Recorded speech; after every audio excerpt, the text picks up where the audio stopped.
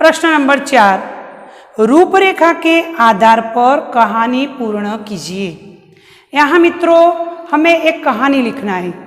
यहाँ उनके जो मुद्दा है वो लिखा है, एक नगर में दो स्त्रियां, एक ही बालक के लिए दावेदार, आपस में तकरार, मामला न्यायाधीश के समक्ष, दोनों की बातें सुनना, न्याय करना, बालक के दो टुकड़े करके बांट लो, एक स्त्री मौन, दूसरी का रोकर कहना, बच्चे को न काटो उसे ही दे दो, न्यायाधीश का फैसला, रोती हुई स्त्री को बालक सौंपना। तो यहाँ मित्रों हम देखते हैं कि कुछ टॉपिक आपको दिए हैं, उससे हमें कहानी बनाना है और कहानी बनाने के बाद उसको लिखना है। तो कहानी बनाते समय सबसे पहले तो हमें सोचकर कहानी बनाना है। कहानी का एक नियम है कि सबसे पहले उनका एक शीर्षक लिखना। यहाँ कहानी है तो उनका शीर्षक है सच्ची माँ अथवा तो न्यायाधीश का फैसला, शीर्षक बनता है। उसके बाद कहानी को अलग अलग परिच्छेद में लिखना, एक ही परिच्छेद में नहीं लिख देना, अलग अलग परिच्छेद में उनको लिखना है।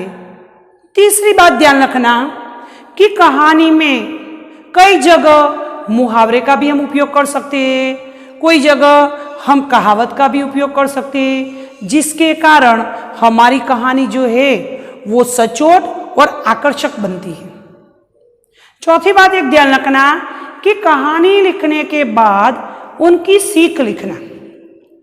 इस कहानी से हमें सीख मिलती है कि यह करके सीख लिखना, यानी कि उपदेश लिखना।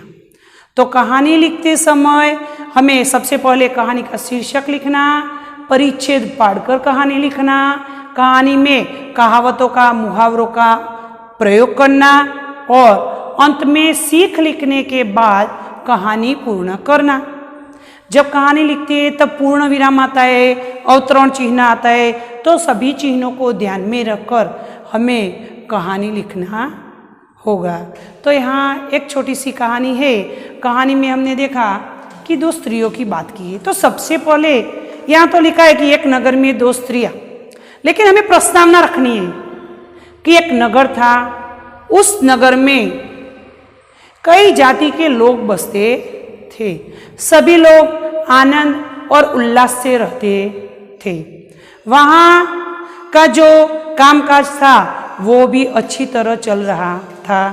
एक बार की बात है कि उस नगर में दो स्त्रियां यानी कि पड़ोसन आसपास रहती थी।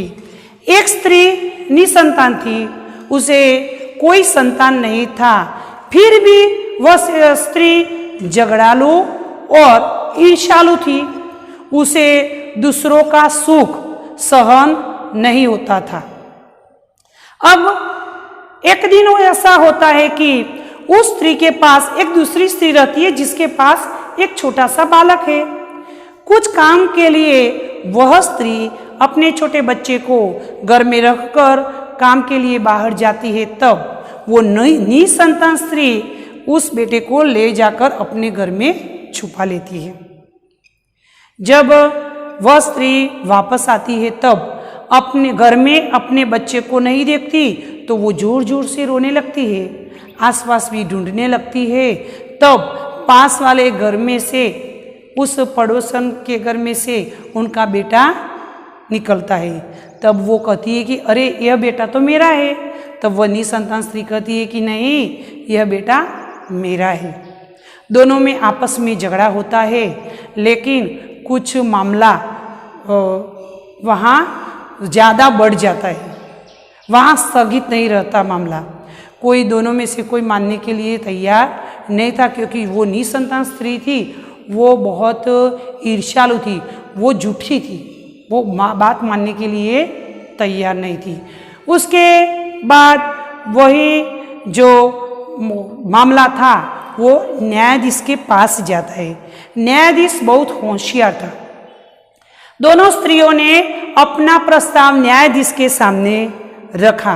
दोनों की बात न्यायाधीश ने सुनी और उसके बाद उन्होंने सोच समझकर न्याय किया कि हम ऐसा करते हैं कि इस बालक के 2 टुकड़े करते हैं और दोनों को एक एक टुकड़ा हम दे देते हैं। तब वो निसंतान जो स्त्री थी वो कुछ भी बोलती नहीं है, लेकिन जिनका बेटा था वह स्त्री जोर जोर से रोने लगती है और कहती है कि नहीं नहीं ऐसा मत करो, मेरे बेटे को काटो नहीं, चाहो तो मेरा बेटा उनको दे दो, जिसके कारण मेरा बेटा जीवित तो रहेगा ना।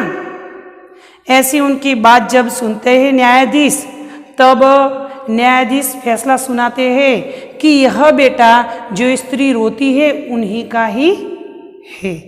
तो बाद में जो रोती थी स्त्री और जिसका बेटा था उनको ही वह बेटा मिल जाता है, और जो निसंतान जो स्त्री थी वो जिसने गलत काम किया था उसके कारण उनको वहाँ सजा होती है, यानी कि उनको हिरासत में रखा जाता है। तो आखिर क्या होता है, वहाँ सत्य की ही जीत होती है। तो सीख में लिखना कि इस कहानी से हमें सीख मिलती है कि हमेशा सत्य की ही विजय होती है। तो इसी प्रकार कहानी सुंदर अक्षरों में आपको हिंदी की कॉपी में लिखना है। नंबर 5 की चर्चा करेंगे। निम्नलिखित अपूर्ण कहानी को अपने शब्दों में पूर्ण कीजिए।